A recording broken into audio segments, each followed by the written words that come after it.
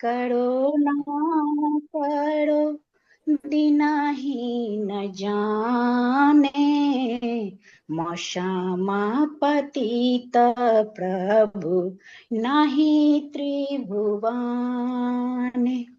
दंते तृणधारी गौड़ा, डाकी है तुम्हारा, कृपा करिए सो आमा हृदय मंदिर।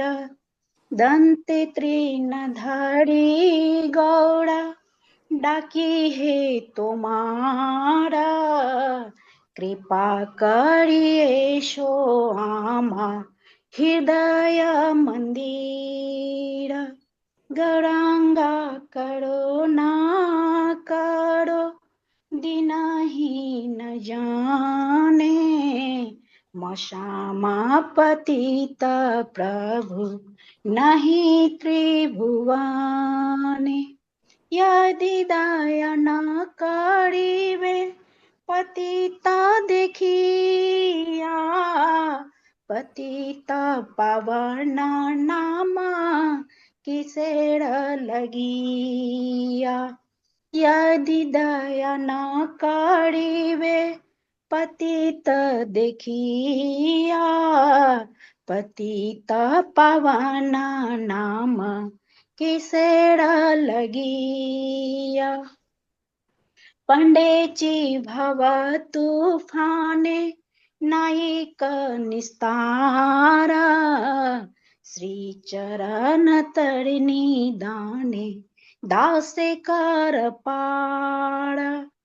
पेंड्याची भव तूफाने, नायक निस्तारा, श्री चरण तरनी दाने, दासे कर पार। गौरांगा करो ना करो, दीनहीन जाने, क्षमा पतित प्रभु नाही त्रिभुवने। श्री कृष्ण चैतन्य प्रभु, दासेरानुदास, प्रार्थना करे सदा नरोत्तम दास। श्री कृष्ण चैतन्य प्रभु, दासेरानुदास, प्रार्थना करे सदा नरोत्तम दास। गौरांगा करो ना करो, दीनहीन जाने, क्षमा पतित प्रभु नाही त्रिभुवने। हरे कृष्ण कृष्ण कृष्ण हरे हरे, हरे राम राम राम हरे हरे। हरे कृष्ण कृष्ण कृष्ण हरे हरे, हरे राम राम राम हरे हरे। हरे कृष्ण कृष्ण कृष्ण हरे हरे, हरे राम राम राम हरे हरे। हरे कृष्णा माता जी, सादर हरे प्रणाम। कृष्ण। बहुत सुंदर माता बहुत जी, सुंदर गाया माता जी, बहुत सुंदर। बहुत सुंदर, बहुत सुंदर माता जी ने। हरि बोल हरि हरि बोल। बोल, हरि बोल, बहुत सुंदर। तो शुरू करते हैं बहुत सुंदर भजन के साथ। और हमारा मंगलाचरण चूंकि हो चुका है, तो हम याद करते हैं अपने आध्यात्मिक गुरु श्रील प्रभुपाद जी को और उनको नमन करते हैं। साथ ही साथ श्री श्री राधा गोविंदा मंदिर के अध्यक्ष नमो निष्ठा प्रभु जी को, उनको नमन करते हैं। सारे आचार्यों को, सारे शिक्षा गुरुओं को, सारे दीक्षा गुरुओं को, सबको नमन करते हैं। और आप सभी भक्तों का स्वागत करते हैं और पांचांग प्रणाम करते हैं। तो कल हमने जो अध्याय पढ़ा था, तीसरे अध्याय में हमने पढ़ा था कि काम जो है वही भौतिक बंधन का कारण होता है। भौतिक बंधन आते हैं कामनाओं से, इच्छाओं से, वासनाओं से। कहते काम ऐशा क्रोध ऐशा रजोगुण समुद्भवा, महासनो महापापमा विद्धेन्मि वैरिणम। वैरिणम है बिल्कुल पापी शत्रु है, वैरी है, बिल्कुल से कहते हैं ना कि नित्य वैरी है। तो रजोगुण से क्या होता है, जब हमारे अंदर रजोगुण ज्यादा होता है तो काम होता है, और कामनाएं जब होती हैं असंतुष्ट रहती है तो क्रोध बनाती हैं। क्रोध क्या होता है, तमोगुण हो जाता है। तो इसलिए हमें कामनाओं से दूर रहना है, हमें रजोगुण को सतोगुण में लाना है, न कि हमें तमोगुण की तरफ जाना है। तो काम, 3 लेवल में हम लोगों ने कल पढ़ा था कि काम की 3 स्तर होते हैं। अग्नि जैसे होती है, अग्नि में धुआं होता है, जैसे मनुष्य के होता है। मनुष्य के अंतर्गत जो आवृत होती है, जो धुआं का आवृत हो जाता है, तो उसको अनावृत करने के लिए सबसे ज्यादा अवसर होते हैं। जो कोई आवरण चढ़ा हुआ है तो उसको हटाने के सबसे ज्यादा अवसर होते हैं। फिर दर्पण धूल से, जैसे जानवर होते हैं, तो जानवरों में क्या होता है, मध्यम काम वासना होती है। हमारे अंदर से उनके अंदर और जो है थोड़ी ज्यादा होती है, और उसको हटाने का अवसर उससे भी कम होता है, मध्यम होता है। और जैसे भ्रूण होता है, भ्रूण गर्भ में होता है तो बिल्कुल आवृत रहता है, पूरी तरह से आवृत रहता है। गहन काम वासना होती है उसके अंतर्गत, तो फिर उसके अनावृत होने का जो अवसर होता है वो भी कम होता है। तो हमें अपनी चेतना को ऊपर उठाना है, और जो है जब हम अपनी चेतना को अग्नि धुएं से साफ कर देना है। जैसे अग्नि में धुआं है, जल्दी हट सकता है। हमको ऐसी चेतना नहीं बनानी है कि जैसे भ्रूण की चेतना होती है कि वो गर्भ में मतलब दिखाई ही नहीं पड़ता है। और कामनाएं तो संतुष्टि नहीं हो सकती है ना। और हमने जाना कि कामनाओं के 3 निवास स्थान होते हैं, इंद्रिय, मन और बुद्धि। तो उसमें विजय कैसे प्राप्त करें? तो जो हमको पता चल जाता है कि जो पदार्थ हैं, जो इंद्रिय विषय हैं, उनको इंद्रियां जो है बहुत जल्दी चाहती हैं, उनको लेना चाहती हैं। तो इसलिए क्या होता है, इंद्रिय विषय से इंद्रियां श्रेष्ठ होती हैं। क्यों? अधिकार है इंद्रियों का कि ले या न ले। पदार्थ तो जड़ है, उसको तो कोई मतलब ही नहीं, लो या न लो। इंद्रियों के ऊपर मन होता है, श्रेष्ठ होता है इंद्रियों से मन। क्यों? स्वामी है ना, स्वामी हमेशा श्रेष्ठ होता है। मन से श्रेष्ठ बुद्धि होती है। क्यों? बुद्धि निर्णय ले सकती है कि सही कर रहे हैं कि गलत कर रहे हैं। और बुद्धि से ऊपर आत्मा होती। क्यों? परमात्मा का अंश है, शुद्ध है वो।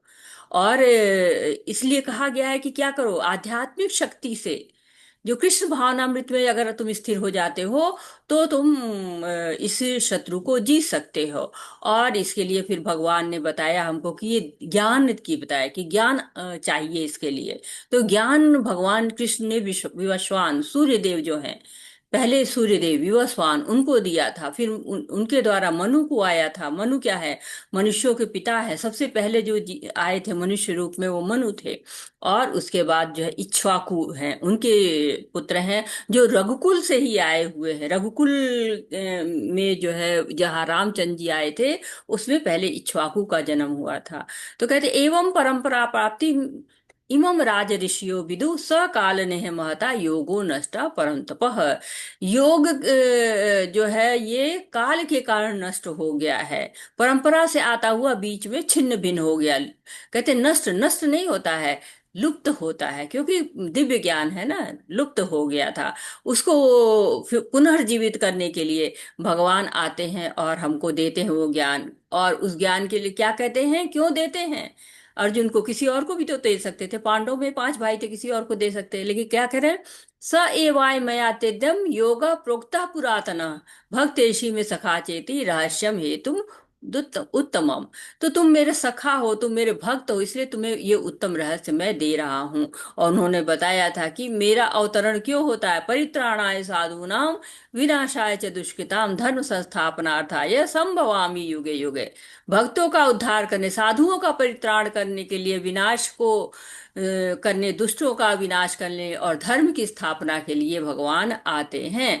और एक चीज बहुत समझने की बात भगवान ने बताया कि जन्म कर्म च मे दिव्यम एवं योति तत्वता त्यक्ता देह पुनर्जन्म नेति मामेति सो अर्जुन। मेरा जन्म कर्म जो जान जाता है ना, वही सनातन धर्म को प्राप्त हो जाता है। तो जानना किसको है? भगवान को जानना। और भगवान कितने दयालु है।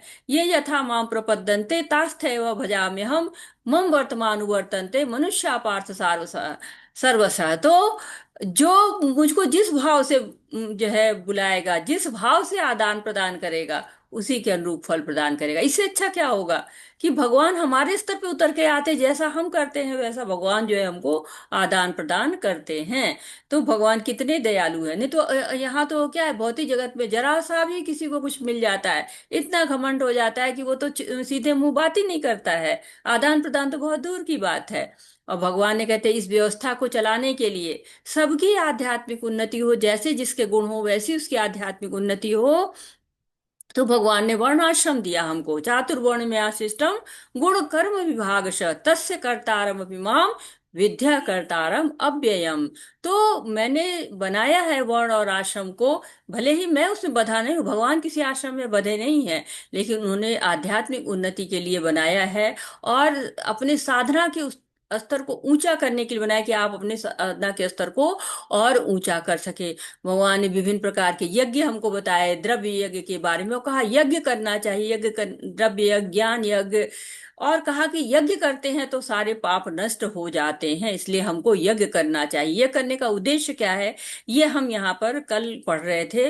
और हम जानते हैं कि यज्ञ के क्या क्या उद्देश्य है, 30 से लेकर 33 तक बताए गए हैं।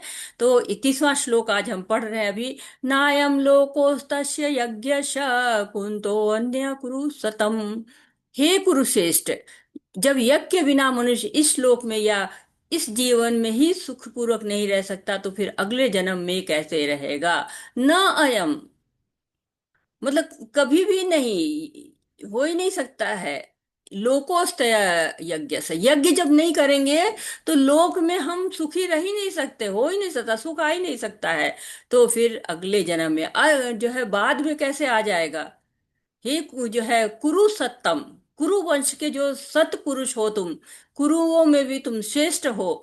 ये समझ लो कि यज्ञ करना बहुत ही आवश्यक है। यज्ञ के बिना हम जो है लाभ हानि सब हम जानेंगे यहाँ पे कि यज्ञ करने से लाभ क्या है। तो लाभ है कि सुखपूर्वक रह सकते हैं, और हानि क्या है कि किसी लोक में पहुंच जाए। यज्ञ नहीं करेंगे तो हमारा जीवन क्या होगा, अज्ञान में रहेगा। अज्ञान में रहेगा तो पाप करेंगे, पाप करेंगे तो पतन होगा। तो बिना यज्ञ किए हमें ना अगली अच्छी योनि मिल सकती है, और क्योंकि हमें योनि के हिसाब से तो सुख मिलता है। हमें पशुओं से ज्यादा मनुष्यों को सुख मिलता है। मनुष्यों में भी जो राजा है उसको सबसे ज्यादा सुख मिलता है।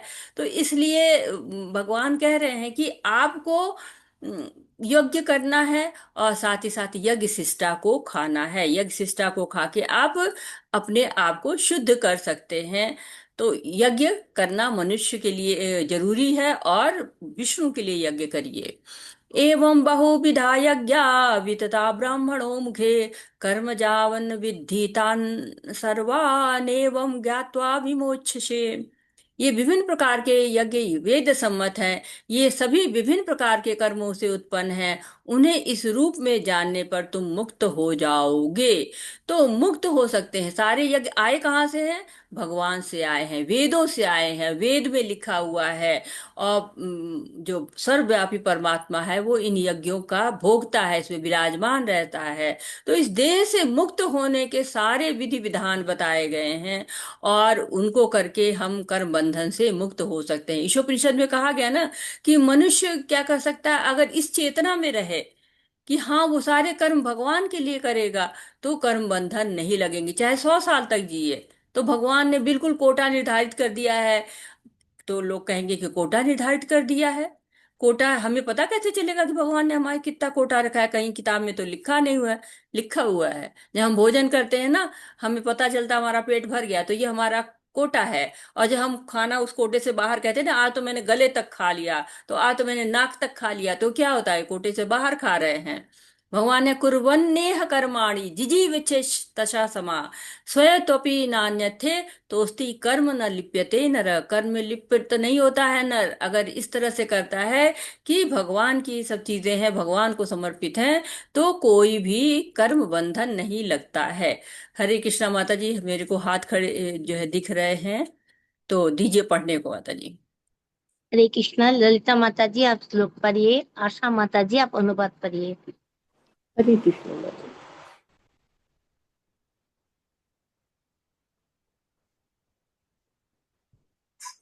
हरे कृष्णा, ललिता माता जी पढ़ रहे हैं आप।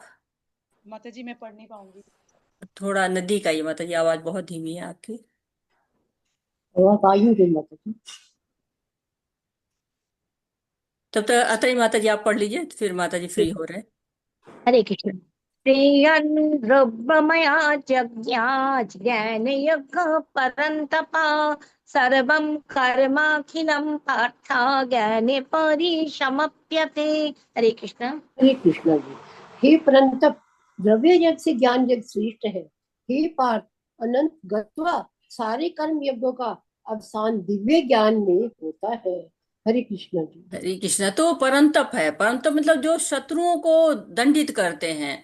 तो हमें यज्ञ के द्वारा ज्ञान की प्राप्ति होती है, ये हमें भगवान बता रहे हैं। अभी तक हम सुन रहे थे कि यज्ञ के द्वारा ज्ञान की प्राप्ति होती है।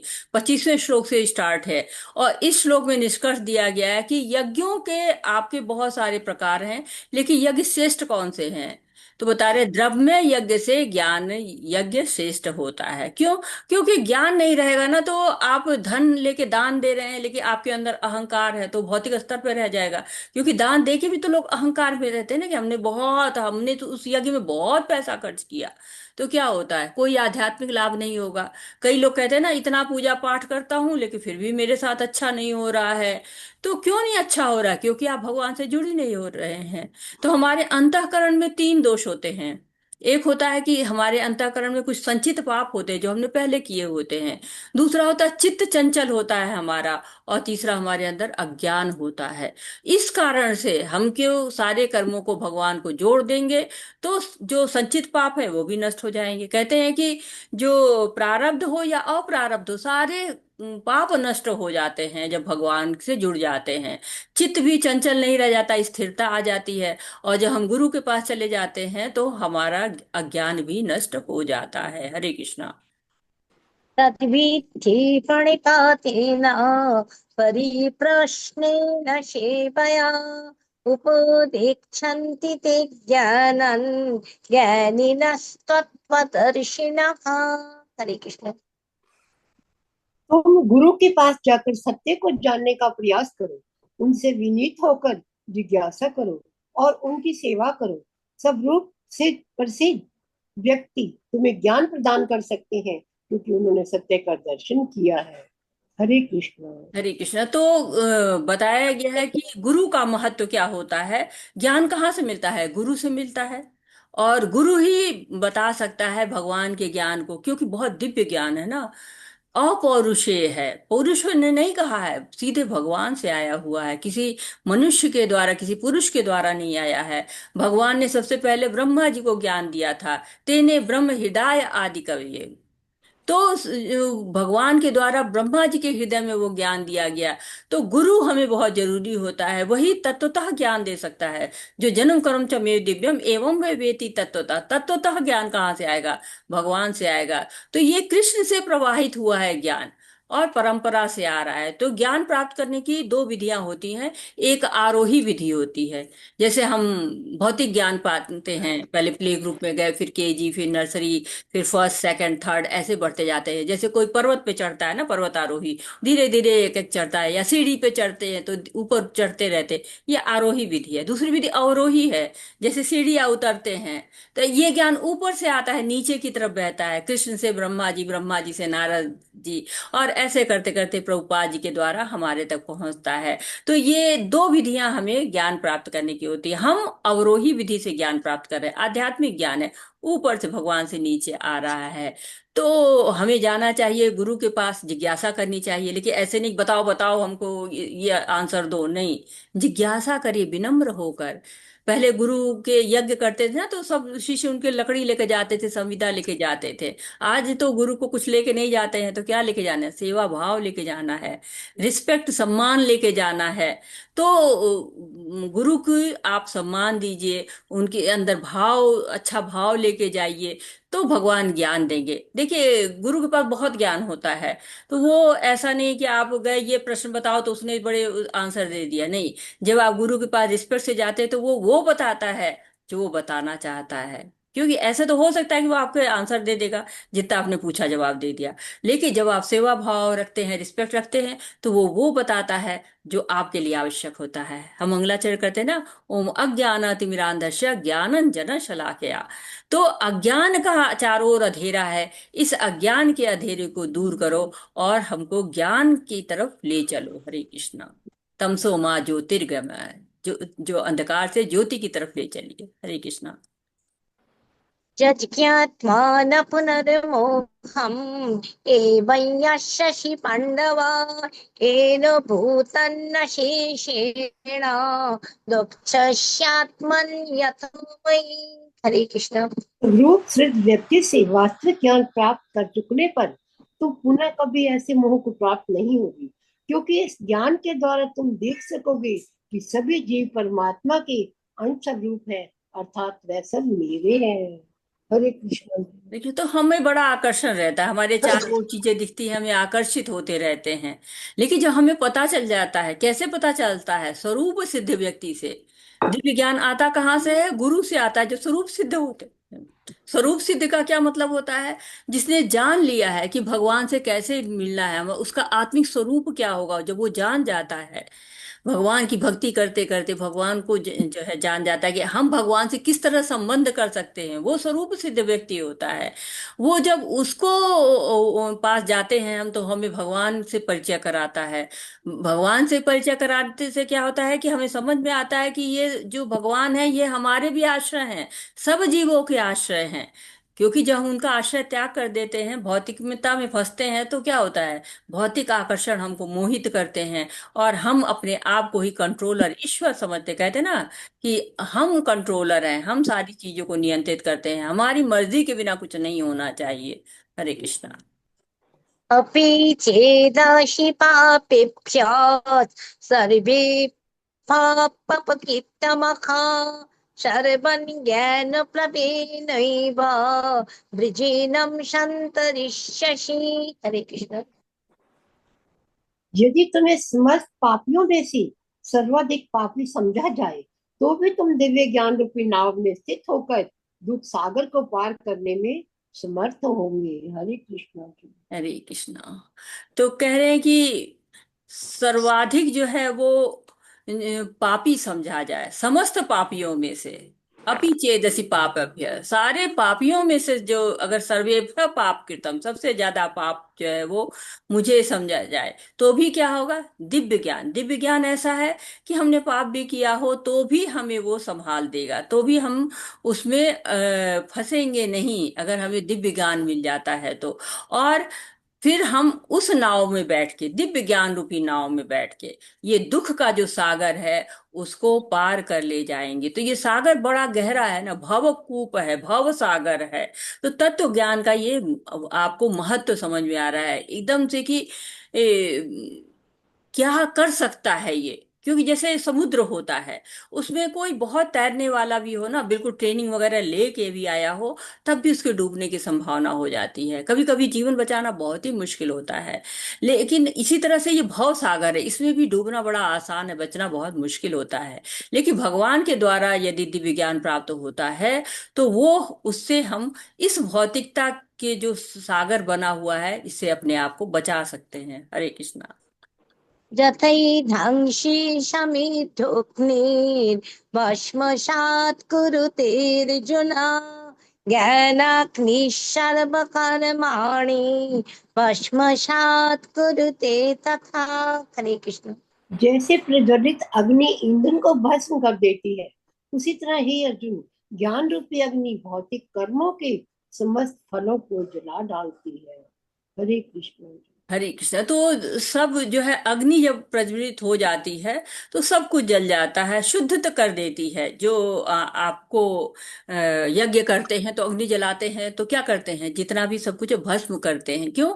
क्योंकि उससे शुद्धि आती है। जब कुछ भी शुद्ध करना होता है तो कहते हैं थोड़ा सा अग्नि डाल दो, इसमें थोड़े कोयले डाल दो, जलते हुए शुद्ध हो जाएगा, शुद्धता के लिए। तो इस भौतिक जगत में भी जो हम फंसे रहते हैं, हम भ्रम में रहते हैं, उस भ्रम को तोड़ता है ये दिव्य ज्ञान। ये दिव्य ज्ञान एकदम से अग्नि की तरह से होता है, हमें तत्व ज्ञान का बोध हो जाता है।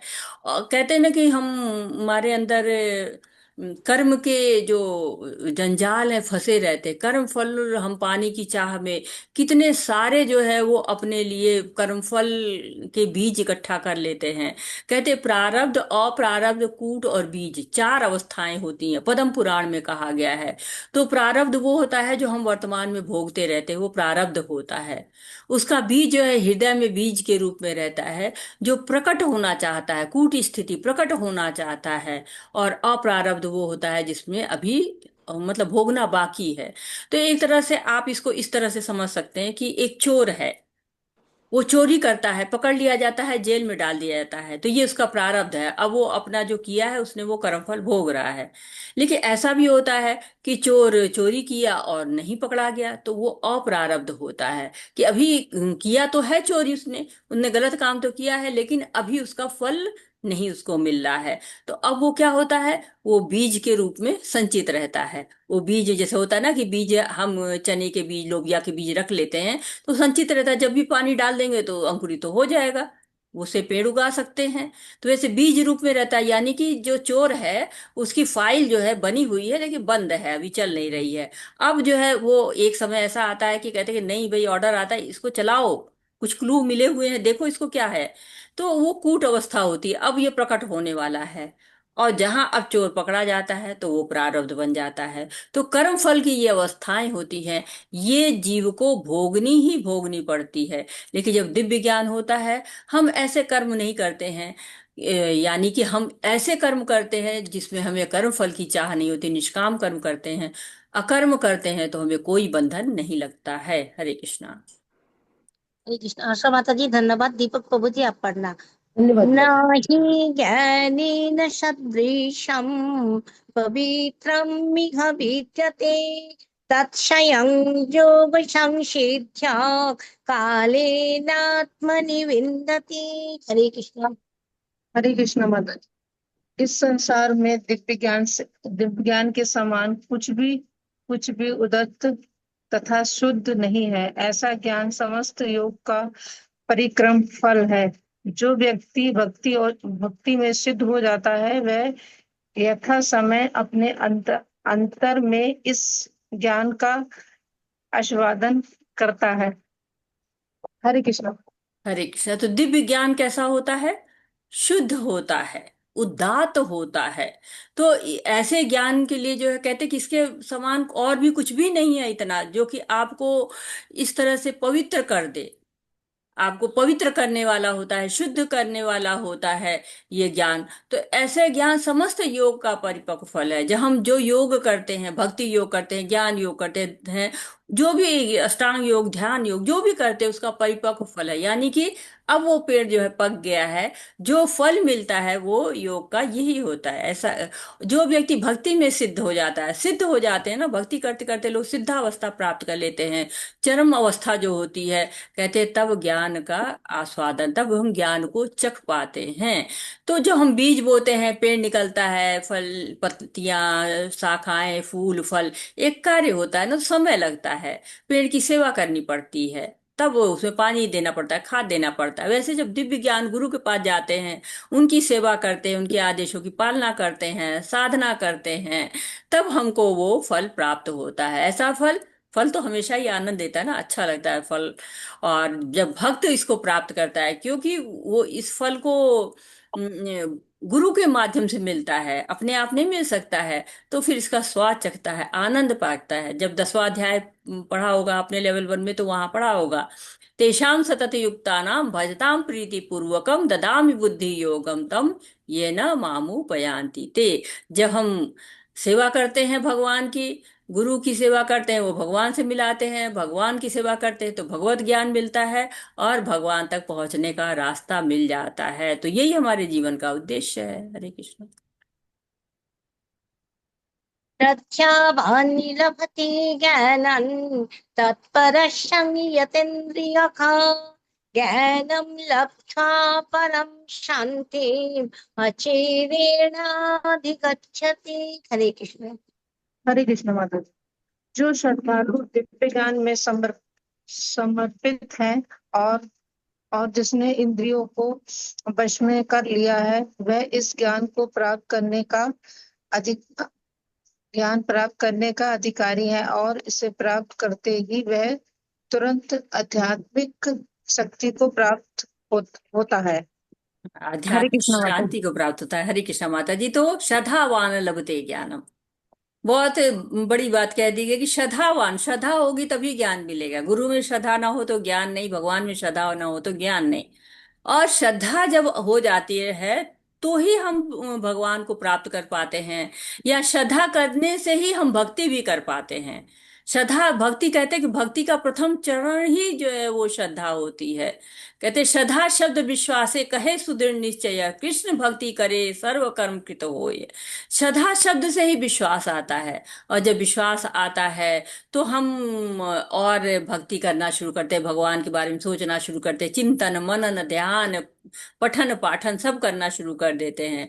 कहते हैं ना, श्रद्धा क्या है? जैसे कि गाड़ी चलाते तो एक्सीलेटर पर पैर रखते हैं, गाड़ी थोड़ी तेज चलने लगती है, वैसे जब श्रद्धा आ जाती है तो हमारी जो भक्ति है वो आगे बढ़ती है। श्रद्धा भी आपको कई तरह की होती है, मुख्य दो तरह की होती है। एक मुकुलित श्रद्धा होती है, अभी कली है, कली है, धीरे धीरे खिलेगी। अभी भक्ति में शुरुआत है, भक्तों का संग मिल गया है, प्रसाद पाकर जो है वो श्रद्धा आ गई है। लेकिन पुष्पित श्रद्धा विकसित हो जाती है जब भगवान में बिल्कुल दृढ़ निश्चय हो जाता है तब। हरे कृष्णा।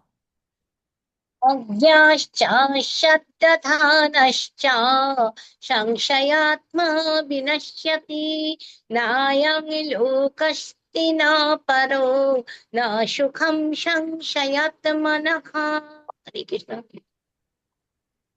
हरे कृष्ण माता जी। किंतु जो अज्ञानी तथा श्रद्धाहीन व्यक्ति शास्त्रों में संदेह करते हैं, वे भगवत भावना मृत नहीं प्राप्त करते, अपितु किंतु गिर जाते हैं। अशक्त आत्मा के लिए ना तो इस लोक में ना ही परलोक में कोई सुख है। हरे कृष्ण माता जी। हरे कृष्णा। तो यहाँ पर कहा गया है कि अज्ञ, जो अज्ञानी है, अज्ञ है, मूर्ख है, मूढ़ है, अज्ञान में, शास्त्रों का ज्ञान ही नहीं है, उन लोगों के बारे में बात किया जा रहा है कि वो लोग श्रद्धा विहीन होते हैं और शास्त्रों पे संदेह करते हैं। क्या सही है, शास्त्रों में तो सब ऐसे ही लिखा हुआ है।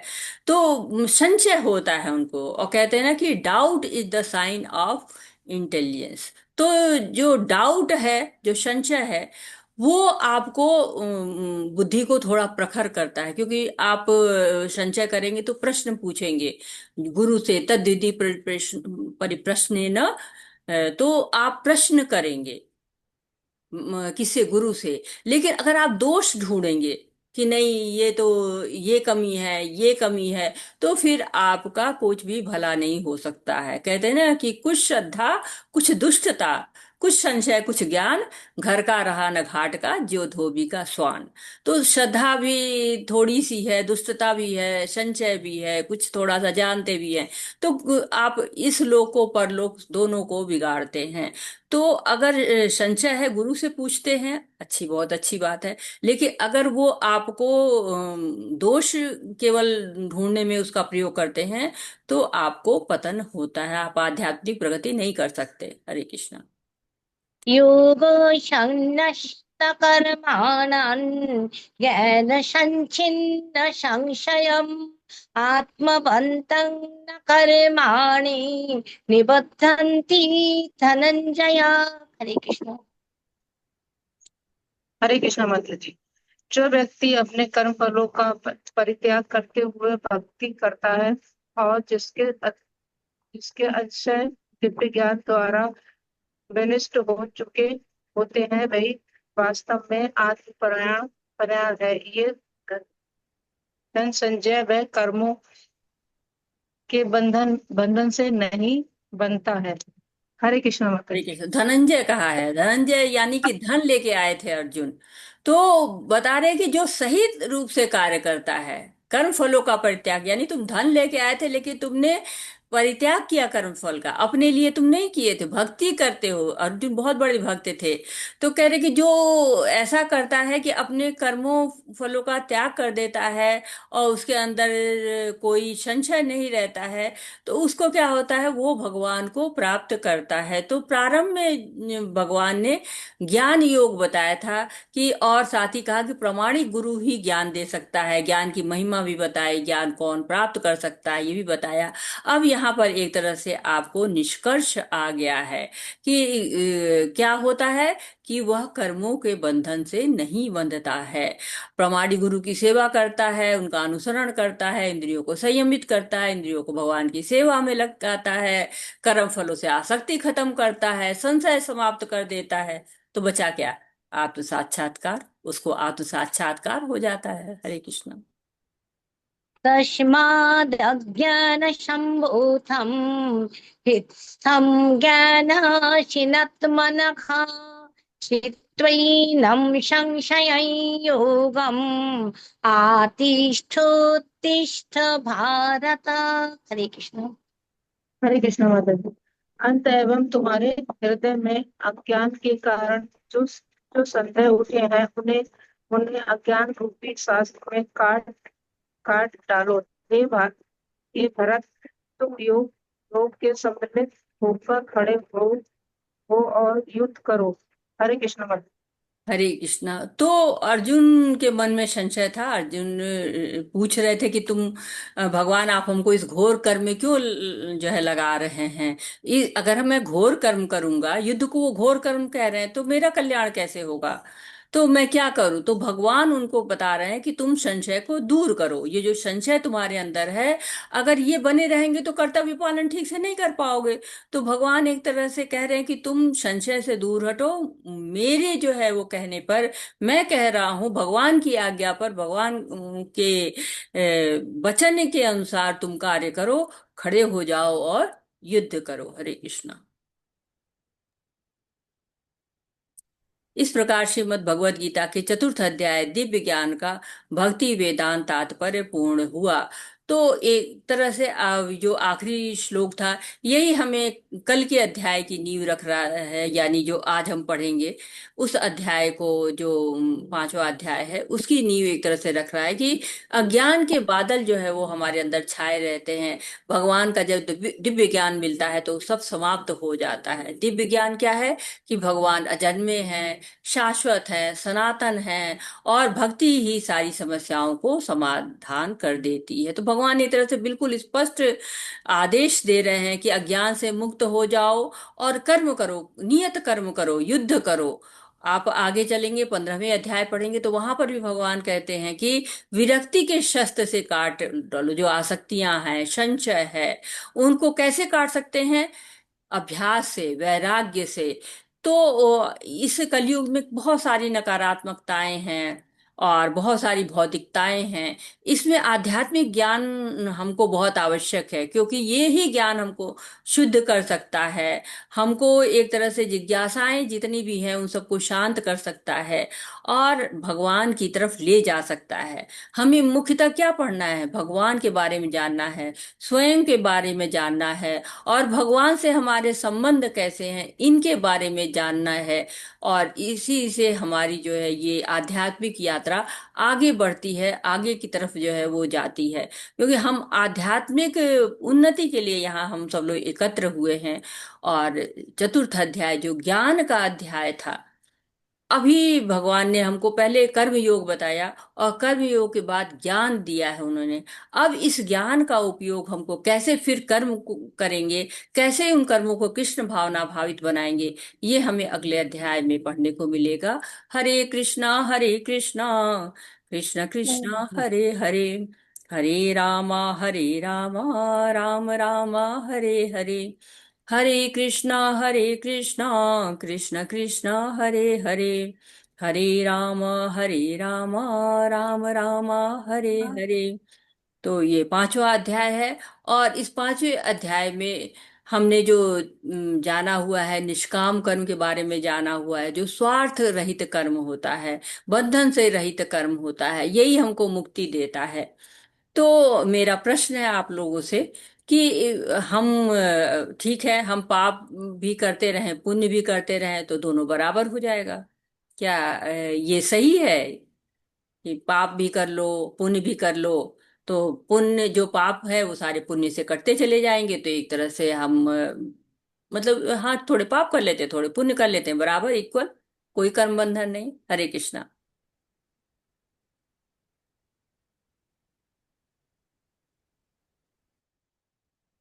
हरे कृष्णा। कोई बोलना चाहता है कि पाप और पुण्य दोनों साथ साथ में करते रहें या हरे केवल कृष्ण माता जी, दंडवत प्रणाम। हरे कृष्णा जी प्रभु जी। जी माता जी, दोनों साथ साथ करेंगे तो यही बंधन में ही पड़े रहेंगे, यही जाएंगे नहीं ऊपर भगवान के यहाँ। इसलिए पाप नहीं करना है, केवल भगवान के लिए ही कर्म करना है। पुण्य भी करोगे तो स्वर्ग लोक जाओगे, ये भी पक्का है, फिर वापस आ जाना पड़ेगा।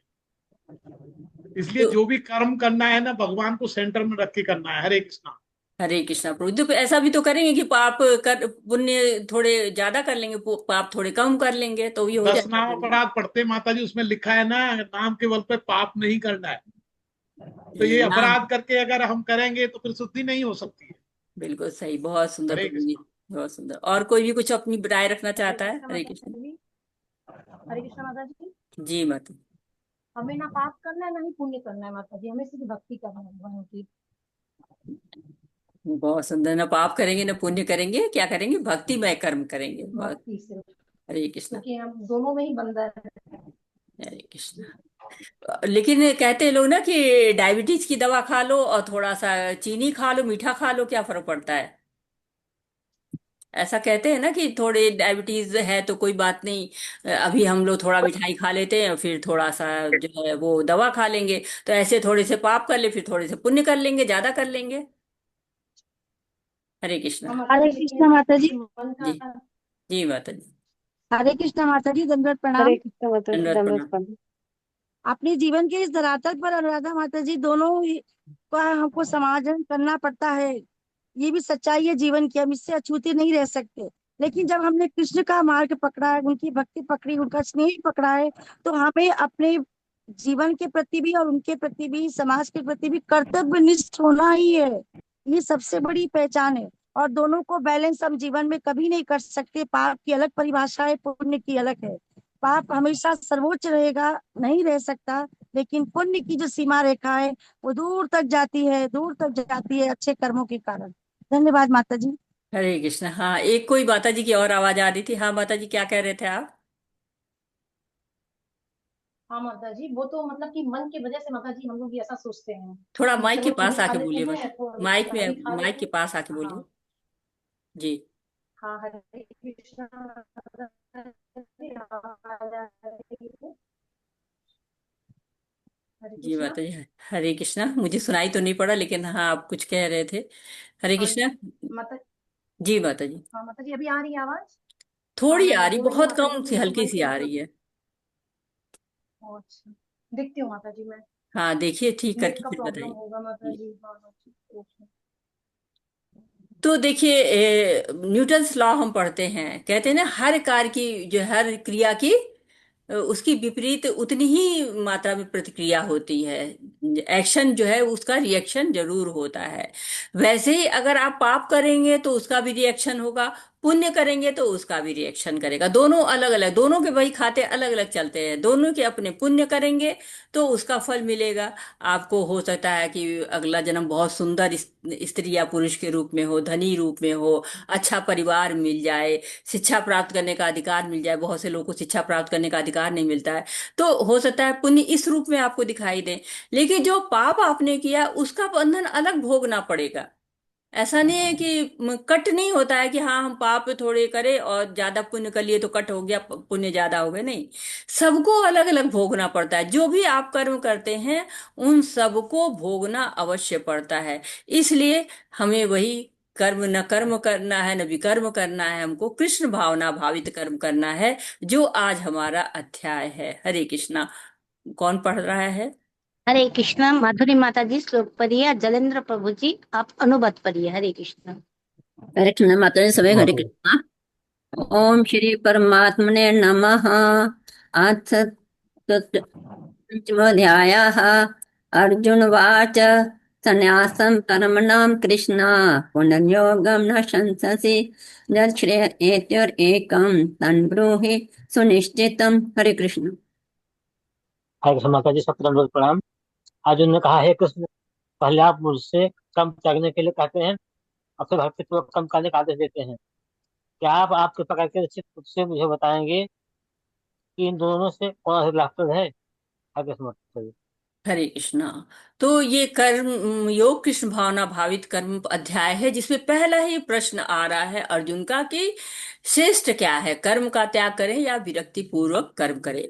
जो दूसरे से छठे श्लोक है वो बताते हैं कि कर्म योग भी संन्यास के ही तरह से है, परंतु आसान है।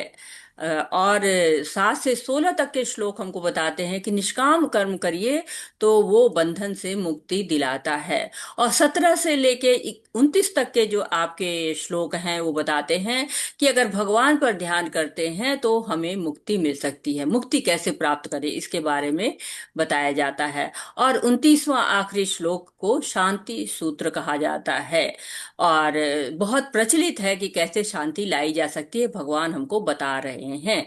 तो अर्जुन कह रहे हैं, वही प्रश्न कर रहे हैं जो तीसरे अध्याय में उन्होंने कहा था।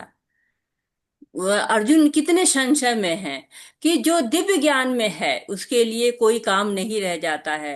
तो चौथे अध्याय में दिव्य ज्ञान उनको पता चल गया कि दिव्य ज्ञान में स्थित रह के कर्म करो। तो ज्ञान के बाद मिल गया, तो अब ज्ञान के बाद संन्यास ले लें या ज्ञान के अनुसार कर्म करें, ये जो है फिर प्रश्न आ गया है। तो तीसरे अध्याय में भगवान ने कर्म कांड से कर्म योग तक की यात्रा हम लोगों ने तय की थी, बहुत सारे योग की चर्चा हुई थी। और फिर बताया गया था कि भौतिक इच्छाओं को त्याग करके भगवान के लिए कर्म करिए। क्यों? भगवान ही भोगता है। तो अर्जुन अब इन चीजों के उसमें पड़े हुए हैं कि ज्ञान में संन्यास ले लें, यानी कि सारे कार्य छोड़ दें। जैसे होता है ना कि चलो चलो छोड़ो सब कुछ, पढ़ाई करो। तो वो भी सोच रहे हैं कि ज्ञान में संन्यास लेना है तो छोड़ो, पढ़ाई करें, युद्ध करने की क्या जरूरत है।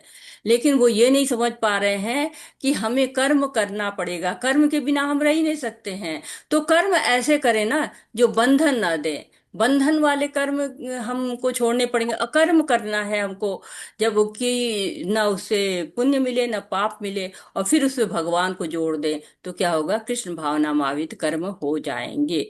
तो अब भगवान क्या उनको उत्तर दे रहे हैं ये हम अगले श्लोक में देखते हैं। हरे कृष्णा। भगवान वाच संन्यास कर्म योगश्च निःश्रेयस्करा बभूव तयोस्तु कर्म संन्यासात् कर्म योगो विशिष्यते। हरे कृष्ण।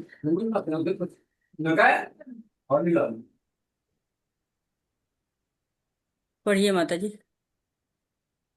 श्री हरे कृष्ण माता जी, भगवान। स्कूल कीजिए प्लीज। हाँ पढ़िए पढ़िए। माता जी, स्कूल कीजिए। स्कूल हो गया हरे है। कृष्ण, स्कूल कीजिए। हम्म, क्या शो नहीं कर रहा है? हरे कृष्ण जी, जी सुबह सुबह है जी, सामने स्क्रीन पे श्लोक है खाली। जी बताया अभी। हरे कृष्ण माता जी, श्री भगवान ने उत्तर दिया, मुक्ति के लिए तो कर्म का परित्याग था, भक्ति में कर्म अर्थात कर्म योग दोनों ही उत्तम है, किंतु इन दोनों में से कर्म के परित्याग से भक्ति योग कर्म श्रेष्ठ है। हरे कृष्ण माता जी। हरे कृष्णा। तो हम जब नियत कर्म करते हैं तो कर्म कांड से लेकर कर्म योग तक पहुंच सकते हैं। तो कर्म का त्याग करके सन्यासी बन जाएंगे तो भी तो कर्म करना ही पड़ेगा, क्योंकि जो लोग ज्ञान में स्थित हैं वो भी तो कर्म करते ही हैं। जैसे कोई छात्र है, वो उसको कॉलेज जाना पड़ेगा, एग्जाम देना पड़ेगा, या फिर कोई भी हम कर्म कर रहे हैं उसके लिए भी हमें ज्ञान चाहिए। अगर हम कोई खाना बना रहे तो हमें रेसिपी चाहिए ना, कैसे हम खाना बनाएंगे, तो हमें रेसिपी चाहिए। वैसे ही जो ये सांख्य योग हमने पढ़ा था वो बताता है हमको कि हम 24 तत्व नहीं हैं, हम 24 तत्व से बने हुए हैं। लेकिन हमें ये जानना है कि हम शरीर नहीं, हम आत्मा है। जब हम ये ज्ञान जान जाते हैं तो हम बंधन में नहीं पड़ते हैं। क्यों? क्योंकि हमें पता चलता है कि हम भगवान के अंश हैं और हमें भगवान के पास जाना है। तो जब इस तरह का ज्ञान हो जाता है तो हम सारी वस्तुओं को त्याग नहीं करते हैं। क्यों? क्योंकि सर्व वस्तुएं भगवान की हैं। जो हमारी चीज है ही नहीं तो उसका हम त्याग कैसे करें। लेकिन अर्जुन चूंकि फंसे हुए हैं, वो समझ रहे हैं कि ये तो युद्ध क्या है, सकाम कर्म है। क्यों सकाम कर्म है? क्योंकि सकाम कर्म हम अपने स्वार्थवश करते हैं। अर्जुन कह रहे ये युद्ध तो मैं अपने स्वार्थ के लिए लड़ रहा हूँ, क्योंकि जब मैं लड़ूंगा, मैं इसको जीत जाऊंगा तो मुझे राज्य का भोग मिलेगा, अगर मैं हार जाऊंगा तो मुझे स्वर्ग की प्राप्ति होगी, तो ये तो सकाम कर्म है। लेकिन अब उनको भगवान ये समझा रहे हैं कि अगर तुम मेरे लिए कर्म करते हो तो यही युद्ध तुम्हारे लिए भक्तिमय कर्म हो जाता है, और भक्तिमय कर्म ही श्रेष्ठ होता है। तो त्याग कुछ नहीं करना है, न परिवार का, न समाज का, न अपने कर्मों का। करना क्या है? उन्हीं सारे कर्मों को भगवान को समर्पित कर देना है, क्योंकि हमारा जब कुछ है ही नहीं है तो हमें त्याग जो है कैसे करेंगे? हवा है, पानी है, ये तो हमारा है नहीं, फिर भी हम ग्रहण करते हैं ना। तो हम इनका त्याग तो नहीं कर सकते हैं। तो हम त्याग नहीं कर सकते हैं, लेकिन हम भगवान को समर्पित तो कर सकते हैं ना। हम अपनी हर सांस में भगवान का नाम लेके अपनी सांसों को भगवान को समर्पित कर सकते हैं ना। जो भी हम कर्म कर रहे हैं वो भगवान के लिए कर्म करके भगवान को समर्पित कर सकते हैं। यही कृष्ण भावना भावित कर्म है। हरे कृष्णा। हरे कृष्णा। गया स नित्य सन्यासी यो न द्वेष्टि न कांक्षति निर्द्वंद्व हि महाबाहो सुखम बंधात् प्रमुच्यते। हरे कृष्ण। हरे कृष्ण माता जी। जो पुरुष ना तो कर्म फलों से घृणा करता है और न कर्म फल की इच्छा करता है, वह नित्य सन्यासी जाना जाता है। हे महाबाहु अर्जुन, ऐसा मनुष्य समस्त द्वंद्वों से रहित होकर भवरों को पार कर पूर्णता मुक्त हो जाता है। हरे कृष्ण। हरे कृष्ण। तो बता रहे हैं कि सन्यासी क्या है, मोक्ष क्या है, इन सब के बारे में पता कर रहे हैं कि जो कर्म फलों से घृणा नहीं करता है, ना कर्म फल की इच्छा होता है, वही क्या होता है? सन्यासी होता है। जब ऐसा सन्यासी होता है, न कर्म फल से घृणा है, न कर्म फल की इच्छा है, तो क्या उसके जीवन में द्वंद्व भी नहीं आता है? द्वंद्व कब आता है? जब हम आसक्ति में फंसे रहते हैं, जब हम आसक्ति करते रहते हैं। तो सन्यासी क्या करता है?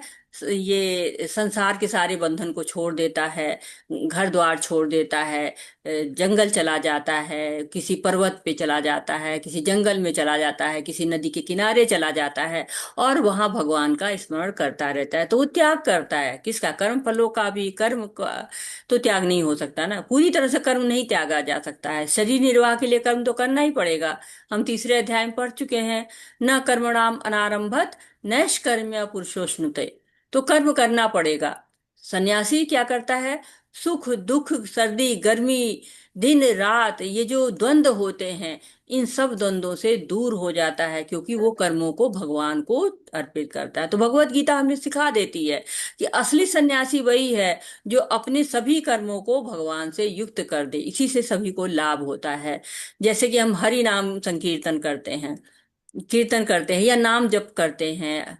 मतलब संकीर्तन का मतलब होता है जब हम ग्रुप में जो है वो भगवान का नाम लेते हैं, हरे कृष्णा कृष्ण कृष्णा हरे हरे, हरे राम राम हरे हरे। और नाम जप का होता है जब हम सुबह उठ के अकेले जब बैठ के जप करते हैं, वो नाम जप होता है। तो जो भी कीट पतंगे सुनते हैं, जो पेड़ पौधे सुनते हैं, सबको उद्धार हो जाता है। और इसीलिए जब हम भगवान का नाम जप में पूरी तरह तल्लीन हो जाते हैं, इंद्रिया वश में हो जाती हैं, तो कोई गलत काम हम नहीं कर सकते, किसी को अपशब्द नहीं बोलते हैं, और किसी चीजों से आसक्त नहीं होते हैं। किसी परिवार में सब प्रिय तो होते हैं, लेकिन आसक्ति किसी से नहीं हो सकती। तो दो प्रकार के वैराग्य होते हैं। एक फल्गु वैराग्य होता है, यानी कि सब चीजों का त्याग कर दिया, लेकिन वो संभव नहीं है। क्यों? विचारों में त्याग नहीं होता है। अगर हम सब चीज त्याग कर दिया, नहीं हमने सब छोड़ दिया, हम तो जंगल में चले गए, तो भी रसगुल्ले याद आते रहते हैं, शॉपिंग याद आती रहती है, तो ये क्या होता है? फल्गु वैराग्य हो जाता है। कहाँ है पे ना, मिथ्याचारी होते हैं वो लोग। और युक्त वैराग्य वो होता है जो सब चीजों को भगवान की सेवा में लगा दिया जाता है। हरे कृष्णा।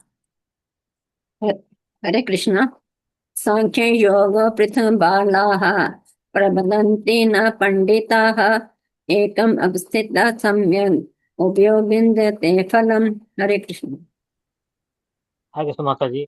अज्ञान ही भक्ति अर्थात कर्म योग को भौतिक जगत के विश्लेषण अध्ययन अर्थात सांख्य से भिन्न कहते हैं।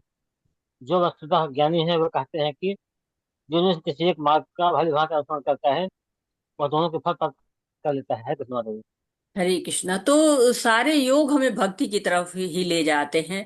सांख्य योग में हम जान जाते हैं कि प्रकृति में कितने तत्व हैं और उनसे क्या क्रिया होती है, उससे क्या परिणाम निकलता है, तो भी हम भगवान की तरफ जुड़ते हैं, भगवान को ध्यान करते हैं और उनके पास जाना चाहते हैं। भक्ति में हम भगवान को सेवा करते हैं।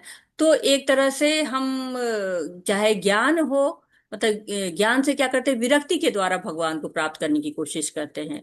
और भक्ति में भगवान से आसक्ति के द्वारा भगवान को प्राप्त करना चाहते हैं। जैसे सुखदेव गोस्वामी जी थे, पहले ज्ञानी थे, लेकिन व्यास देव जी जो उनके पिता थे, उनसे उन्होंने भागवत सुनी और भगवान की लीलाएं सुन के वो भक्त हो गए। तो दोनों मार्ग जो है वो आपको भगवान की तरफ ही ले जाते हैं। हरे कृष्णा। हरे कृष्ण। यत् सांख्ये प्राप्यते स्थानं तद् योगे अपि गम्यते एकं सांख्यं च योगं च या पश्यति स पश्यत्। हरे कृष्ण। हरे कृष्ण माता जी। जो है जानता है कि विश्व शास्त्रों का अध्ययन अर्थात सांख्य द्वारा प्राप्त यह स्थान भक्ति द्वारा भी प्राप्त किया जा सकता है। और जो सांख्य योग तथा भक्ति योग को एक समान देखता है, वस्तुओं को यथा रूप में देखता है। हरे कृष्ण माता जी। हरे कृष्ण। तो दोनों भगवान को ही ले जाते हैं। कहते हैं सांख्य दार्शनिक शोध के द्वारा इस निष्कर्ष पर पहुंचा जाता है कि जीव भौतिक जगत का नहीं अपितु पूर्ण परमात्मा का अंश है। और सांख्य विधि में मनुष्य को पदार्थ से विरक्त होना पड़ता है और भक्ति योग में उसे कृष्ण भावना भावित कर्म में आसक्त होना पड़ता है। तो दोनों विधियां एक ही है, एक में विरक्ति है, दूसरे में आसक्ति है। हरे कृष्ण। हरे कृष्णा। अनुवाद मधु माता जी, आप अनुवाद पढ़ना। हरे कृष्णा। धन्यवाद प्रभु जी। धन्यवाद माता जी। हरे कृष्ण। हरे कृष्ण। सन्यास महाबाहो बन्धुत्वम् आप्तम योगतः योग युक्तो मुनि ब्रह्म न अचिरेण दिगच्छति। हरे कृष्ण।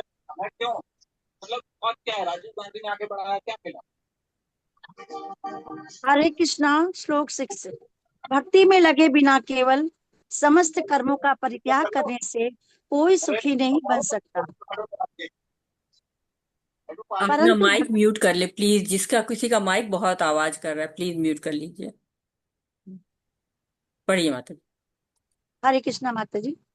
भक्ति में लगे बिना केवल समस्त कर्मों का परित्याग करने से कोई सुखी नहीं बन सकता, परंतु भक्ति में लगा हुआ विचारवान व्यक्ति शीघ्र ही परमेश्वर को प्राप्त कर लेता है। हरे कृष्णा। हरे कृष्णा माता जी। तो यहाँ पे क्या कह रहे हैं कि संन्यासस्तु महाबाहो, जो संन्यास में लगे रहते हैं। महाबाहो कौन, किसको कह रहे हैं? अर्जुन को कह रहे हैं कि अर्जुन को महाबाहो के रूप में क्या है। तो कर्म योग से हम कर्म योग जब करते हैं तो इंद्रियों से भगवान की सेवा करते हैं, और जब ज्ञान योग करते हैं तो हम बुद्धि से भगवान की सेवा करते हैं, और जब अष्टांग योग करते हैं तो मन से भगवान की सेवा करते हैं, और जब भक्ति योग करते हैं तो इंद्रियों से, बुद्धि से, मन से, सबसे भगवान की सेवा करते हैं। यानी भगवान में सेवा में मन लगाते हैं। तो एक तरह से कह रहे हैं कि भक्ति योग में हमें सारे सुख मिल जाते हैं। जैसे हमारे पास 100 रुपए की नोट हो तो हमें 10 रुपया 20 रुपया भी रहता है, वैसे अगर हम भक्ति योग करते हैं तो हमें ज्ञान योग, ध्यान योग, अष्टांग योग, सबके जो है जो लाभ है वो प्राप्त होते हैं। हरे कृष्णा। हरे कृष्ण। योग युक्त विशुद्धात्मा विजितात्मा जितेन्द्रियः सर्वभूतात्म भूतात्मा कुर्वन्न अपि न लिप्यते। श्लोक 7। हरे कृष्णा। जो भक्ति भाव से कर्म करता है, जो विशुद्ध आत्मा है और अपने मन तथा इंद्रियों को वश में रखता है, वो सबों को प्रिय होता है और सभी लोग उसे प्रिय होते हैं। ऐसा व्यक्ति कर्म करता हुआ भी कभी नहीं बंधता। हरे कृष्णा। हरे कृष्ण। तो भक्ति भाव में जो कर्म करता है, अब जिसने मन को, इंद्रियों को, बुद्धि को, सबको भगवान में लगा दिया, तो फिर क्या होगा? न वो गलत बोलेगा, न वो गलत खाएगा, न गलत सुनेगा, तो सबका प्रिय हो जाएगा। जब हम अपनी वाणी को संभाल में के रखते हैं ना, तो बहुत लोग के प्रिय हो जाते हैं। और जिसने सबको समभाव देखना शुरू कर दिया, तो वो तो सबका प्रिय हो ही जाएगा। और साथ ही कहते हैं कि वो सभी में कृष्ण को देखता है। अगर कृष्ण सब में दिखेंगे तो आप किसी के साथ कोई गलत व्यवहार भी नहीं कर सकते हैं। जैसे होता है ना, एक वृक्ष होता है तो हम उसको समग्र में देखते हैं, ये नहीं है कि उसकी टहनी अलग देखते हैं, पत्ती अलग देखते हैं, फूल अलग देखते हैं, फल नहीं, हम पूरे वृक्ष को देखते हैं। वैसे ही जो भक्ति में होता है, वो पूरे समग्र रूप में सारे जीव को जो भी जीव है सबको कृष्ण का रूप ही समझता है। कृष्ण मतलब कि ये कृष्ण का अंश है ऐसा समझता है। जब ऐसी चेतना हो जाती, शुद्ध चेतना हो जाती है, तो न किसी में आसक्ति, न किसी से घृणा, न कोई बंधन। हरे कृष्णा। हरे कृष्ण। नैव किंचित करोमि इति युक्तो मन्यते तत्त्ववित् पश्यन् शृण्वन् स्पृशन् जिघ्रन् अश्नन् गच्छन् स्वप्नश्वसन् प्रलपन् विसर्जन् गृह्णोन्मिषन् मिषन् अपि इन्द्रियाणि इन्द्रियार्थेषु वर्तन्ते इति धारयन्। हरे कृष्ण। हरे हरे कृष्णा। श्लोक 8। दिव्य भावना अमृत युक्त पुरुष देखते, सुनते, स्पर्श करते, सूंघते, खाते, चलते फिरते, सोते तथा श्वास लेते हुए भी अपने अंतर में सदैव यही जानता रहता है कि वास्तव में वो कुछ भी नहीं करता। बोलते, त्यागते, ग्रहण करते या आंखें खोलते बंद करते हुए भी वो ये जानता रहता है कि भौतिक इंद्रियां अपने अपने विषयों में प्रवृत्त हैं और वह इन सब से पृथक है। हरे कृष्णा। हरे कृष्णा। तो बताया गया कि भक्त जो है वो अपने आप को शरीर से और शरीर की इंद्रियों से अलग मानते हैं। वो कहते हैं जो भी हम कार्य कर रहे हैं, इंद्रियों से जो भी कार्य कर रहे हैं, वो चेतना कहाँ से मिल रही है हमको? भगवान से आ रही है। भगवान की इच्छा ना हो तब तो हम रात में सोए जग भी नहीं सकते, एक अपनी उंगली भी नहीं हिला सकते हैं। तो जब सब कुछ भगवान का ही है तो इंद्रियों को भगवान की सेवा में लगा लेते हैं। अब जो लोग भगवान को नहीं मानते हैं, वो तो या ये मानते हैं कि नहीं नहीं सब त्याग दो। तो जब सब त्याग देंगे तो ना अच्छा खाएंगे ना अच्छा पहनेंगे, क्योंकि सब भौतिक है, सब भौतिक है, सब त्याग देते रहो। लेकिन भक्त ऐसा नहीं कर रहा है। वो जानता है ये भौतिक प्रकृति भी भगवान के द्वारा बनाई गई है, हम भी भगवान के अंश है। तो जो भोजन बनाता है प्रकृति से लेकर, वो भगवान की सेवा में अर्पण कर देता है, फिर उसको प्रसाद पाता है तो खूब अच्छा अच्छा खाता है, पीता है। क्यों? क्योंकि भगवान का दास है ना, भगवान से ही जुड़ा हुआ है, भगवान के ही कार्य करता है और भगवान में ही रमण करता है। हरे कृष्णा। हरे कृष्ण। ब्रह्मण आदाय कर्माणि संगम त्यक्त्वा करोति यः लिप्यते न स पापेन पतम पत्रम एवं अम्बसः। हरे कृष्ण। हरे कृष्णा। श्लोक 10। जो व्यक्ति कर्म फलों को परमेश्वर को समर्पित करके आसक्ति रहित होकर अपना कर्म करता है, वो पाप कर्मों से उसी प्रकार अप्रभावित रहता है जिस प्रकार कमल पत्र जल में अस्पर्श रहता है। हरे कृष्णा। हरे कृष्णा। तो यहाँ पर ब्रह्मणी कहा गया है ना, ब्रह्मण आधाय। जो ब्रह्मणी आधाय है, जो ब्रह्मणी है, वो कौन है? कृष्ण भावनामृत में है। यानी भौतिक जगत के तीन गुणों की समग्र अभिव्यक्ति है, जिसे प्रधान की संज्ञा दी जाती है। तो जो भौतिक जगत है उसमें तो भौतिकता है, पाप कर्म है, और कई दोष हैं, शुभ है, अशुभ है, द्वंद्व है। लेकिन जो भगवान के भक्त होते हैं वो कमल पत्र की तरह से रहते हैं। जैसे कमल पत्र होता है, वो किसी चीज से आसक्त नहीं होता। उसमें पानी पड़ता है तो ऐसा लगता है जैसे इस पे कुछ मोम लगा हुआ है, वैक्स लगा हुआ है, वो उस तरह से हट जाता है, पानी उस पर असर ही नहीं करता है। शास्त्रों में कमल का उदाहरण बहुत जगह पे मिला है, जैसे कमल नयन, चरण कमल, कमल पत्र। तो कमल पत्र कभी कीचड़ से नहीं जो है लगता, सनता है। इसी तरह जो भक्त होता है वो भौतिकता में जो भी है कमियां हैं उनसे प्रभावित नहीं होता है। जैसे प्रभुपाद जी थे, अमेरिका में गए तो वहां पर भी बहुत सारी कमियां थी, वहां तो लोग भगवान को जानते ही नहीं थे। लेकिन प्रभुपाद जी ने अपने रहन सहन से, अपने आचरण से उनको सिखाया। बहुत लोगों ने कहा कि आप तो वहां जाएंगे तो आप वहां का सीख जाएंगे, वहां की संस्कृति अपना लेंगे। मैं कहा नहीं, मैं सिखाने जा रहा हूँ, मैं सीखने नहीं जा रहा हूँ, प्रभुपाद जी कहते हैं। तो अगर भक्ति का आवरण जब चढ़ जाता है ना, तो संसार का किसी भी प्रकार का कीचड़ है वो नहीं लग पाता है। हरे कृष्णा। हरे हरे कृष्णा। धन्यवाद माता जी, माधुरी माता जी और कृष्ण। मधु माता जी। गणेश प्रभु जी आप रिसाइटेशन करिए और शुभ माता जी आप अनुवाद पढ़िए। धन्यवाद हरे अत्रि माता जी, धन्यवाद आपने माता पठन जी। का अवसर हरे दिया। कृष्णा माता हरे जी, हरे कृष्णा। कृष्णा।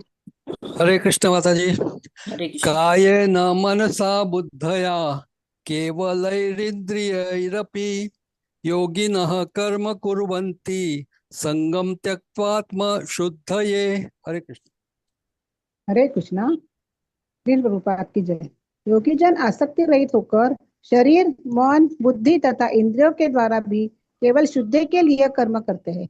हरे कृष्ण माता जी। हरे कृष्ण। तो यहाँ बता रहे हैं अनासक्ति के बारे में कि कैसे भगवान के जो भक्त होते हैं ये भौतिक आकर्षण से दूर रहते हैं, हमेशा कृष्ण के बारे में ही सोचते रहते हैं। मन है, बुद्धि है, इंद्रियां हैं, सब शुद्धि के लिए काम करती है। शुद्धि के लिए काम कैसे होता है? भगवान के लिए काम होता है। जो काम भगवान के लिए होते हैं अपने आप शुद्धता आती चली जाती है, और शुद्धता आती रहती है, कृष्ण भावना भावित में रह के कार्य होते रहते हैं।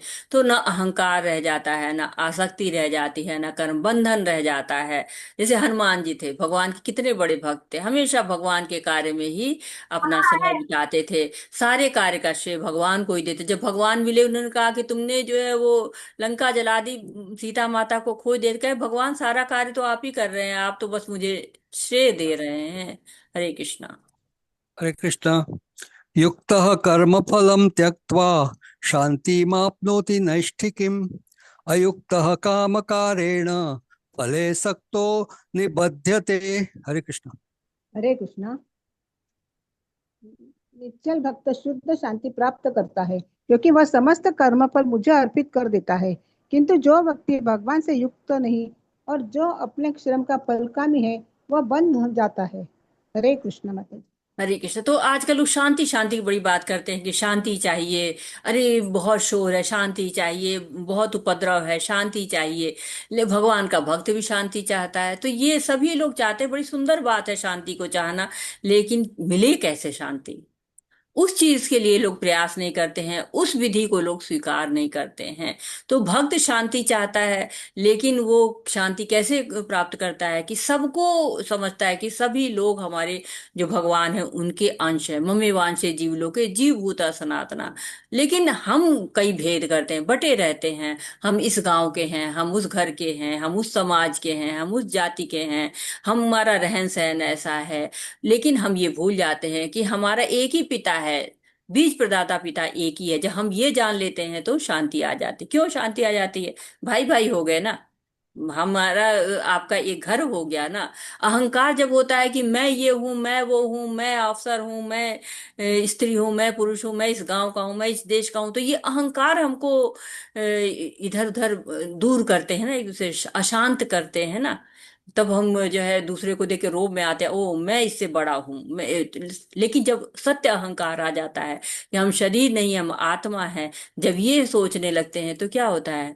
ये हमें भगवान की सेवा करते हैं, भगवान पे निर्भर रहते हैं, भक्ति में आगे बढ़ते हैं, कलमश से दूर होते हैं, और फिर हमारी चेतना हमें मुक्ति दिलाती है, बंधन से बाहर निकालती है। हरे कृष्ण।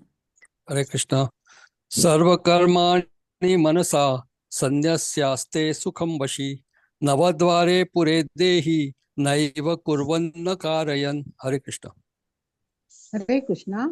जब देहधारी जीवात्मा अपनी प्रकृति को वश में कर लेता है और मन से समस्त कर्मों का परित्याग कर देता है, तब वह 9 द्वारों वाले नगर भौतिक शरीर में बिना कुछ किए कराए सुखपूर्वक रहता है। हरे कृष्ण माता जी। तो अब जो 3 श्लोक, 13, 14, 15, 16, 4 श्लोक, ये हमको बताएंगे कि कैसे ज्ञान जो है वो होता है 3 कर्ताओं में। कर्ता कौन होता है और कैसे ज्ञान उसका, इसके बारे में बताते हैं कि जब जीव को पता चल जाता है, आत्मा के बारे में पता चल जाता है, और देह के बारे में पता चल जाता है, तो क्या करता है? फिर वो अपने आप को वश में करता है, मन के जितने भी काम होते हैं सबको परित्याग कर देता है। तब 9 द्वार, हमारे शरीर में 9 द्वार होते हैं, और उन 9 द्वारों में सुख पूर्वक निवास करता है। तो कहते हैं कि 9 द्वार पूरे देहि हंसो ले लायते बही वशी सर्वश लोकस स्थारवश चरस्य व। तो ये एक तरह से बताया गया कि शरीर के भीतर हमारे 9 द्वार होते हैं, 2 आंखें, 2 नथुने, 2 कान, 1 मुंह, गुदा और उपस्थ। और जब इनको अंदर कहते हैं ना कि जब वृद्धावस्था में जीव अपने आप को शरीर मानता है, किंतु जब वो अपनी पहचान अपने अंतर के भगवान से करता है तो वह शरीर में रहते हुए भगवान की भांति मुक्त हो जाता है। अतः कृष्ण भावना भावित व्यक्ति शरीर के बाह्य तथा आंतरिक दोनों कर्मों से मुक्त रहता है। तो जब हमको ये पता चल जाता है कि हाँ, भगवान ही जो है वो सब करता है, भगवान की आज्ञा के बिना हम कोई भी कार्य नहीं कर सकते हैं।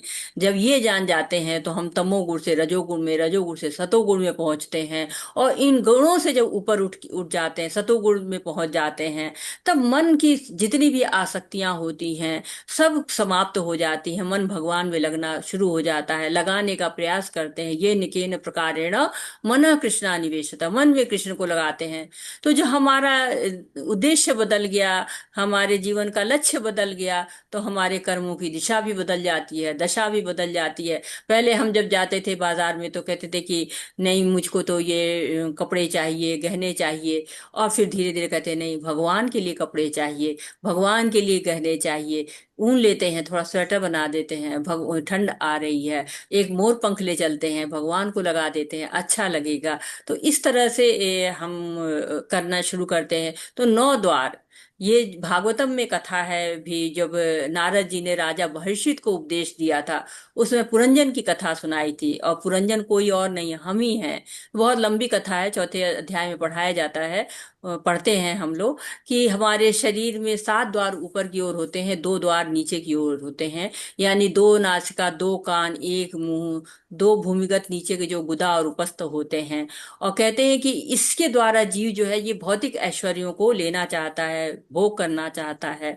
लेकिन हमको असली आनंद कब मिलता है? जब हम अपने इंद्रियों को अपने वश में कर लेते हैं और भगवान से जुड़ जाते हैं। हरे कृष्णा। हरे कृष्ण। न कर्तृत्वं न कर्माणि लोकस्य सृजति प्रभुः, न कर्मफल संयोगम स्वभावस्तु प्रवर्तते। हरे कृष्ण। हरे कृष्णा।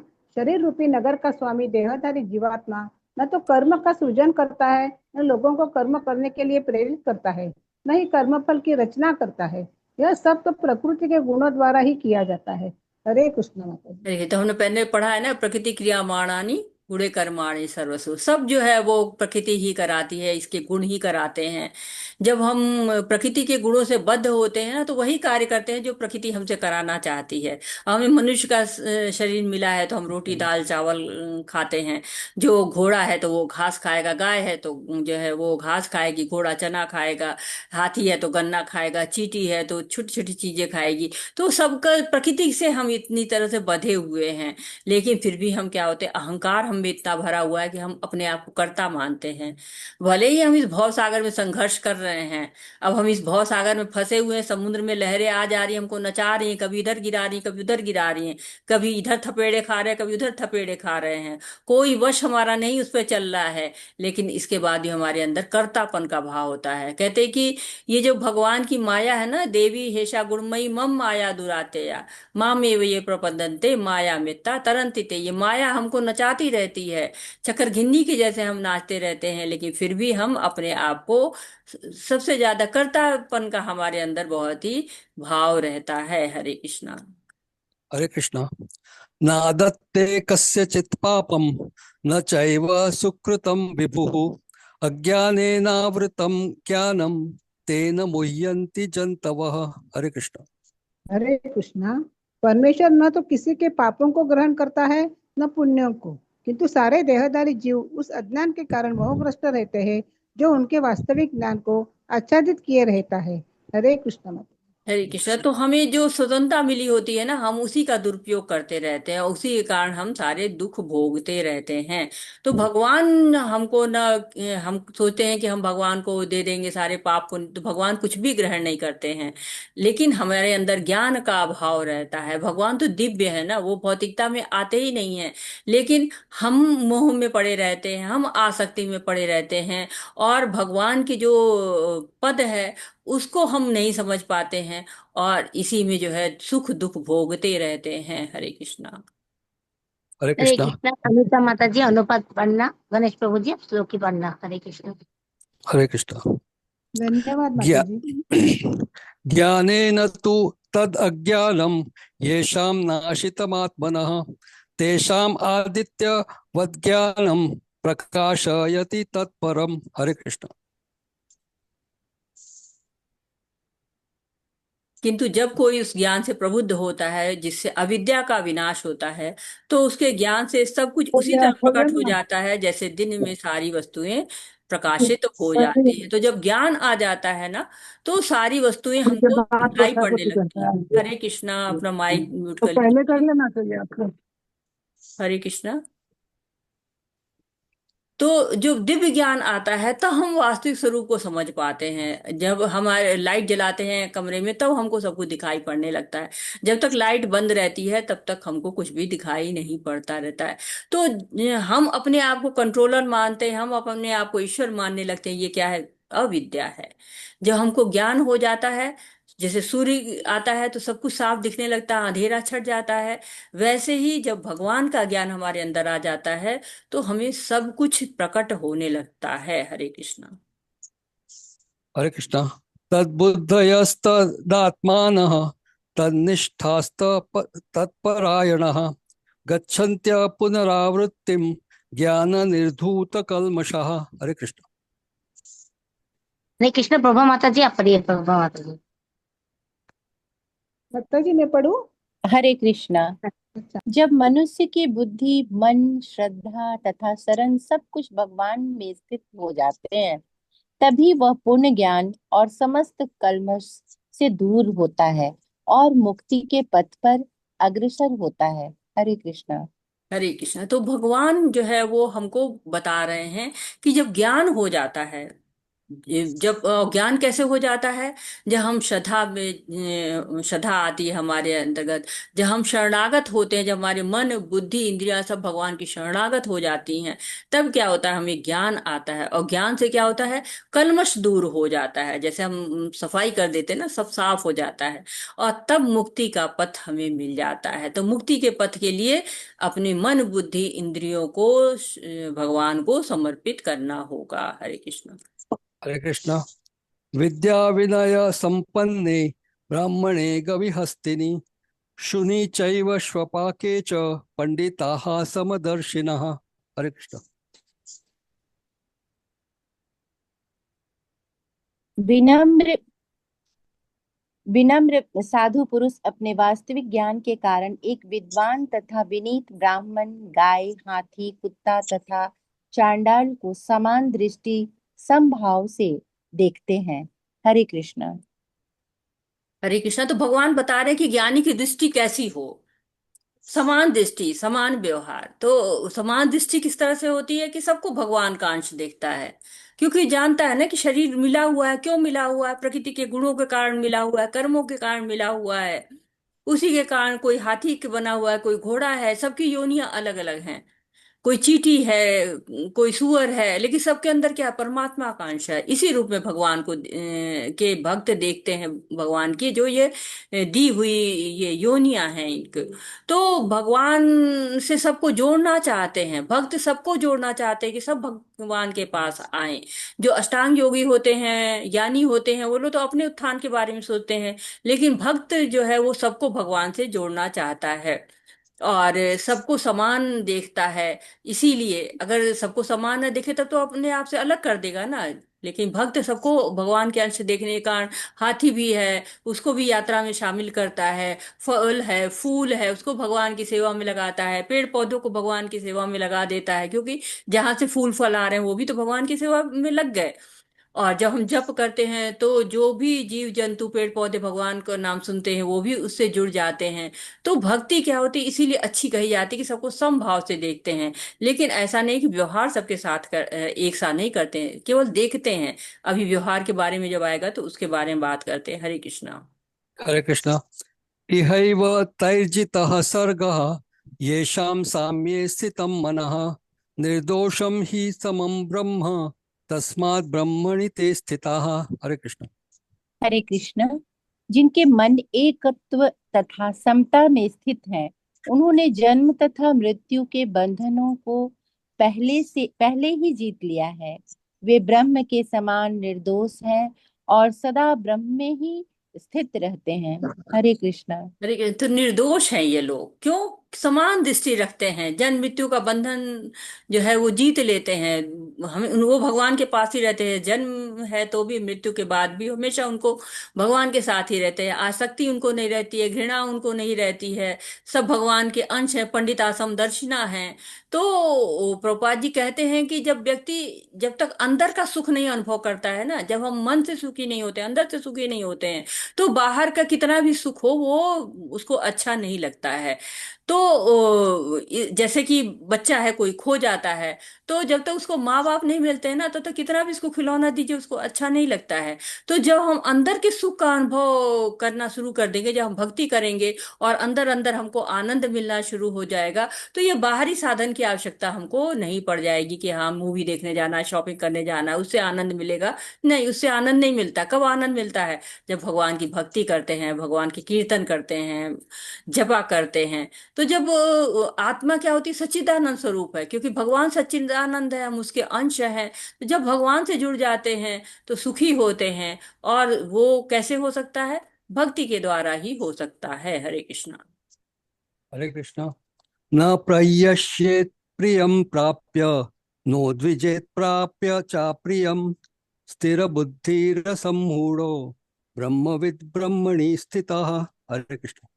हरे कृष्ण। जो न तो प्रिय वस्तु को पाकर हर्षित होता है और न अप्रिय को पाकर विचलित होता है, जो स्थिर बुद्धि है, जो मोह रहित है और भगवत विद्या को जानने वाला है, वह पहले से ही ब्रह्म में स्थित रहता है। हरे कृष्णा। हरे कृष्णा, ये भी पढ़ लीजिए प्रभु जी। हरे कृष्णा। बाह्य स्पर्शेष्व सत्कात्मा विन्द्यात्यात्मनि यत् सुखम स ब्रह्म योग युक्तात्मा सुखमक्षयमश्नुते। हरे कृष्ण। हरे कृष्णा। ऐसा मुक्त पुरुष भौतिक इंद्रिय सुख की ओर आकृष्ट नहीं होता, अपितु सदैव समाधि में रहकर अपने अंतर अंदर में आनंद का अनुभव करता है। इस प्रकार स्वरूप सिद्ध व्यक्ति पर ब्रह्म में एकाग्र चित्त होने के कारण असीम सुख भोगता है। तो हरे यहाँ कृष्ण। पर हरे कृष्णा, तो आत्म साक्षात्कार के लक्षण बताए गए इन दो श्लोकों में। जैसे कि जो आत्म साक्षात्कारी होता है, वो कोई प्रिय वस्तु मिल जाए तो भी ना हर्षित होता है, नहीं होता है, वो भगवान की कृपा हो मानता है उसको। और अप्रिय कोई वस्तु मिल गई, जैसे कोई बीमारी हो गई, या कुछ शरीर में कुछ अस्वस्थता आ गई, या कुछ आसपास के लोगों को कोई कष्ट हो गया, तो भी वो कृष्ण कृपा मानता है, विचलित नहीं होता है। बुद्धि उसकी स्थिर बुद्धि होती है, उसको आसक्ति नहीं होता। असम्मूढ़ो कहा गया ना, मोह जो है, मोह ही नहीं होता है उसको किसी से। ऐसा नहीं, प्रेम होता है लेकिन मोह नहीं होता, आसक्ति नहीं होती है। ब्रह्मविद होता है, भगवत विद्या को जानता है, ब्रह्म में स्थित रहता है, भगवान में चिंतन करता रहता है। और जो है भौतिक सुखों से दूर रहता है वो। भौतिक सुख उसको विचलित नहीं करते रहते हैं। और साथ ही साथ कहते हैं कि आंतरिक सुख का आनंद लेता रहता है। तो बाह्य सुख की तरफ ध्यान नहीं जाता है। जब स्वयं में आनंद होने लगता है ना, तो बाहरी सुखों की तरफ कोई भी उधर की तरफ नहीं मोड़ता है। क्यों? क्योंकि जानता है कि भौतिक भोग आज के हैं, कल नहीं रहेंगे। मूर्खता है ये। और जो अनुवाद है ये तात्पर्य है, इसमें यमुनाचार्य जी के बारे में कहा गया है कि वो कहते हैं कि जब मैं कृष्ण की दिव्य प्रेमा भक्ति में लगकर उसमें नित्य नवीन आनंद का अनुभव करने लगा हूँ, तब से जब भी काम सुख के बारे में सोचता हूँ तो मैं इस विचार पर थूकता हूँ और मेरे होठ अरुचि से सिमट जाते हैं। तो यमुनाचार्य जी जो बहुत दिव्य भक्त थे, वो क्या कहते हैं कि प्रेमा भक्ति ऐसी है जिसके आ जाने पर जो सारी कामनाएं हैं, जो सारी वासनाएं हैं, वो सब दूर हो जाती हैं। और उसके बारे में सोचने मात्र से ही उनको अरुचि सी उत्पन्न होती है। तो आज हम यहीं पर रुकते हैं। वाछा कल्पतरुभ्यश्च कृपा सिन्धुभ्यैव च पतितानां पावनेभ्यो वैष्णवेभ्यो नमो नमः। अनंत कोटि वैष्णव की जय। श्रीला प्रभुपाद की जय। हरे कृष्णा हरे हरे कृष्णा कृष्णा कृष्णा कृष्णा कृष्णा कृष्णा हरे हरे हरे हरे हरे हरे राम राम राम राम राम राम हरे हरे हरे कृष्णा हरे कृष्णा कृष्णा हरे हरे हरे हरे राम हरे राम राम राम राम राम हरे हरे। हरे हरे। आपको बहुत बहुत धन्यवाद, सबको धन्यवाद और हरे कृष्णा। आपका कोई प्रश्न है, आपका कोई सुझाव है, आप कुछ कहना चाहते हैं, कुछ ऐड करना चाहते हैं, कुछ त्रुटि सुधार करना चाहते हैं तो मोस्ट वेलकम। हरे कृष्णा सभी को। आप लोग अपनी अटेंडेंस भर लीजिए, साथ ही साथ अपनी क्विज पूरी करते रहिए